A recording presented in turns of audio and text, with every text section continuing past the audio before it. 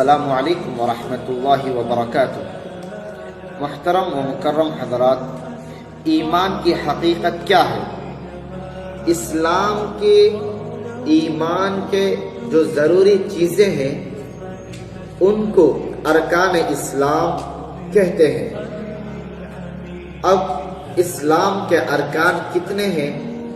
تو حضرت امام بخاری رحمۃ اللہ علیہ نے بخاری شریف میں حضرت عبداللہ بن عمر رضی اللہ عنہما کی ایک روایت نقل کی ہے جس میں اسلام کے 5 ارکان کو ذکر کیا ہے۔ اللہ کے نبی صلی اللہ علیہ وسلم نے ارشاد فرمایا، اسلام کے 5 ارکان ہیں۔ نمبر 1، گواہی دینا کہ اللہ کے سوا کوئی معبود نہیں، عبادت کے لائق نہیں، اور حضرت محمد صلی اللہ علیہ وسلم اللہ کے رسول ہیں۔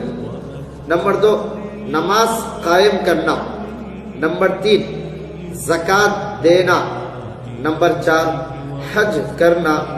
نمبر 5، رمضان المبارک کے روزے، فرض روزوں کا رکھنا۔ یہ اسلام کے 5 ارکان ہیں اور اسلام کے 5 ستون ہیں۔ جس مومن اور جس مسلمان کے اندر یہ 5 چیزیں پائی جائیں گی ان کے اندر ایمان اعلیٰ درجے کا باقی رہے گا۔